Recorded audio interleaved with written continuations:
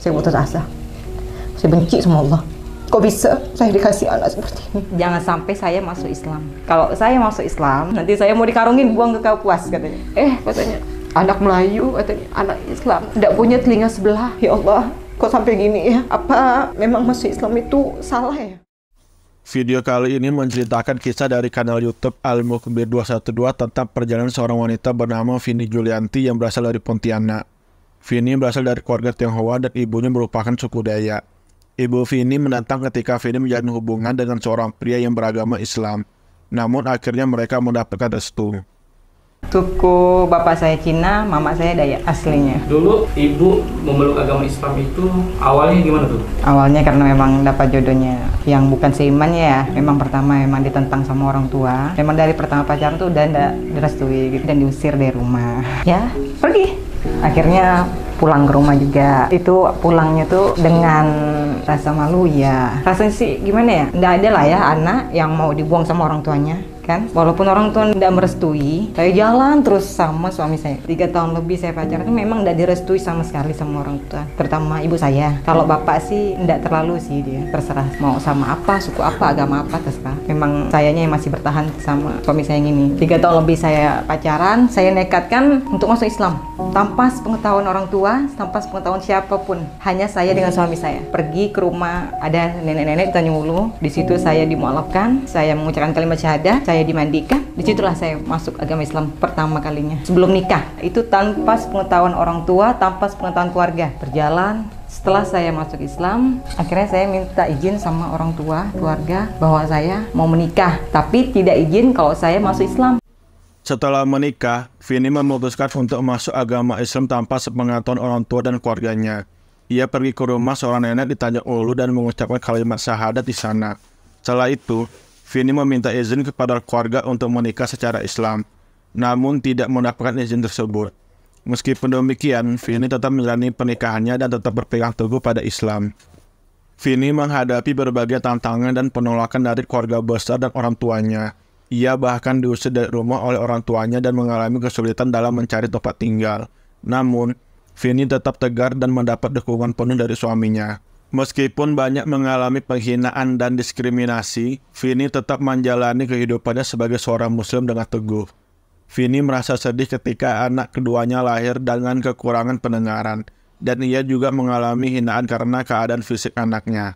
Namun, Vini tetap bertahan dan menjalani hidupnya dengan keyakinan Islam yang kuat. Meskipun keluarga besar dan orang tua Vini masih belum menerima keputusannya, Vini merasa cukup kuat dengan dukungan suami dan anak-anaknya.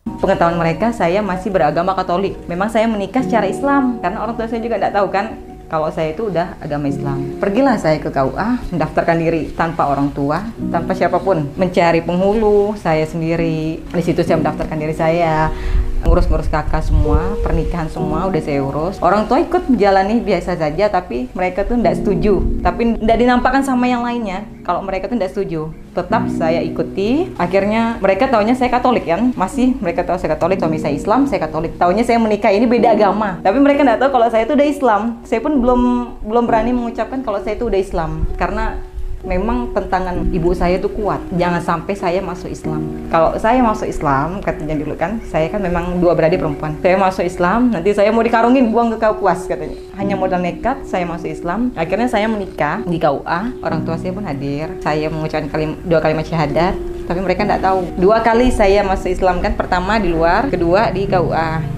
Akhirnya saya menikah, keluarlah buku nikah saya Islam. Di situ saya tidak direstui sama keluarga besar, sama orang tua, tapi saya tetap menjalani sampai saya dibuang orang tua. Saya tetap menjalani, saya ikhlas.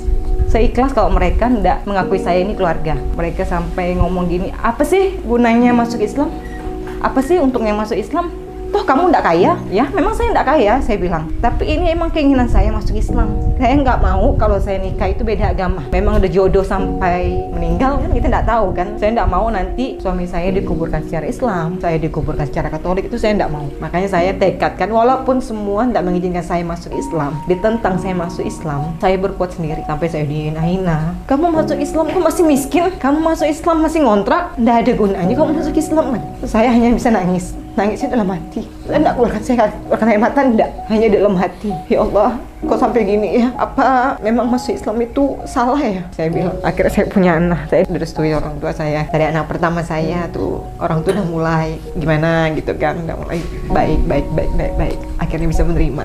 Orang tua lah bisa menerima, tapi keluarga besar lain enggak menerima. Sampai hari ini pun enggak ada yang menerima saya. Di waktu saya susah, di waktu saya senang, apalagi kan saya merantau, saya kerja di Jakarta, di sana tuh banyak keluarga saya, tapi karena memang saya udah beda agama, mereka benar-benar buang saya. Akhirnya saya di Jakarta terlantar selama 1 bulan lebih, hampir 2 bulan saya di Jakarta. Hanya ada dorongan dari suami, keluarga yang lain. Padahal di sana tuh keponakan ada, keponakan mama tuh ada di sana. Pokoknya keluarga mama tuh di Jakarta tuh ada semua.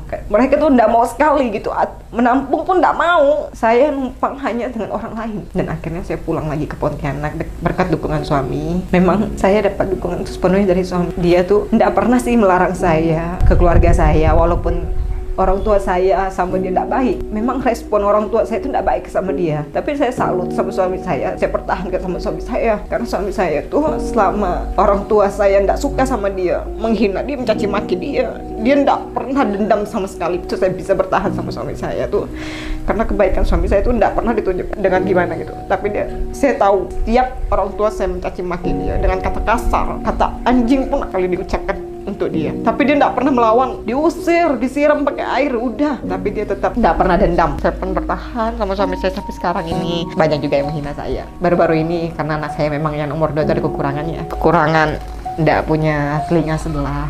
Katanya anak Melayu, katanya anak Islam tidak punya telinga sebelah. Di situ saya tersentuh, ya Allah, kenapa sih harus fisik dihina? Apa salah saya? Apa karena masuk Islam anak saya lahir dengan kekurangan? Di situ saya hanya nangis dalam hati. Saya tidak bisa meluapkan apa-apa. Cuma suami saya marah, tapi marah suami saya itu tidak diluapkan, hanya marahnya dalam hati.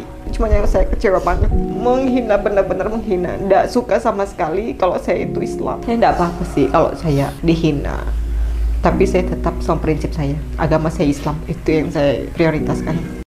Vini berharap agar suatu hari nanti keluarganya dapat menerima dan memahami keputusannya masuk agama Islam.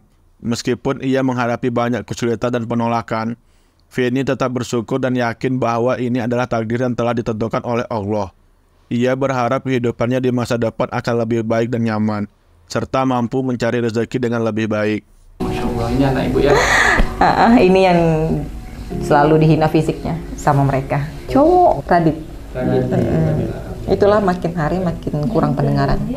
Awalnya waktu dia lahir saya memang tidak terima. Saya putus asa. Saya benci sama Allah. Kok bisa saya dikasih anak seperti ini? Itu saya tidak mau sekali. Mengenal agama sebenarnya berat bagi saya. Beratnya itu dihina orang, terutama dari fisik dia. Saya bisa melahirkan anak kekurangan. Itu beratnya. Waktu mereka bilang karena saya masuk Islam, anak saya punya kekurangan. Saya hanya menahan diri hanya dengan tangisan dalam hati. Tidak pernah saya keluarkan sama siapapun karena selalu fisik anak saya yang dihina fisik anak saya dibawa-bawa dengan saya masuk agama Islam. Itu yang selalu dikait-kaitkan sama. Mungkin karena memang keluarga saya tidak terima saya kali ya. Sakit banget sebenarnya. Sampai sekarang saya tidak terima sama keluarga besar saya tidak masalah saya tidak diterima. Yang penting saya bisa sama suami saya, bisa sama anak saya, itu saya udah syukur banget. Ini kan ibu pernah di titik di mana ibu merasa ini semua salah Allah gitu. Ibu sempat menyesal masuk Islam? Jujur pernah. Menyesalnya karena apa? Pas waktu itu juga di masa-masa hidup susah, nggak punya apa-apa, nggak punya tempat tinggal. Masa memang susah, memang sekarang juga susah, tapi alhamdulillah saya bisa ngontrak. Saya nggak punya tempat tinggal, saya kekurangan semuanya, kurang biaya. Anak saya lahir tuh saya memang nggak punya biaya sama sekali, nggak pegang uang spesial pun. Saya rasanya menyesal banget sih masuk Islam. Kayak gini ya Islam, apa karena salah ya beri agama? Gitu, penyesalan saya itu ada. Tapi saya semakin dengar ceramah di TV, Ustaz bisa pagi-pagi gitu kan. Itu kayaknya membuat saya kembali lagi. Kenapa sih menyalahkan agama? Tidak salah kok saya agama Islam. Memang udah ditakdirkan Allah kayak gini. Memang takdirkan Allah karena saya punya kekurangan. Ditakdirkan Allah saya susah, dengan ikhtiar lagi sayanya nantinya gitu kan. Terus mencari rezeki. Mungkin kedepannya hidup saya lebih nyaman. Penting nggak sih seorang ustadz untuk para mualaf ini? Penting banget.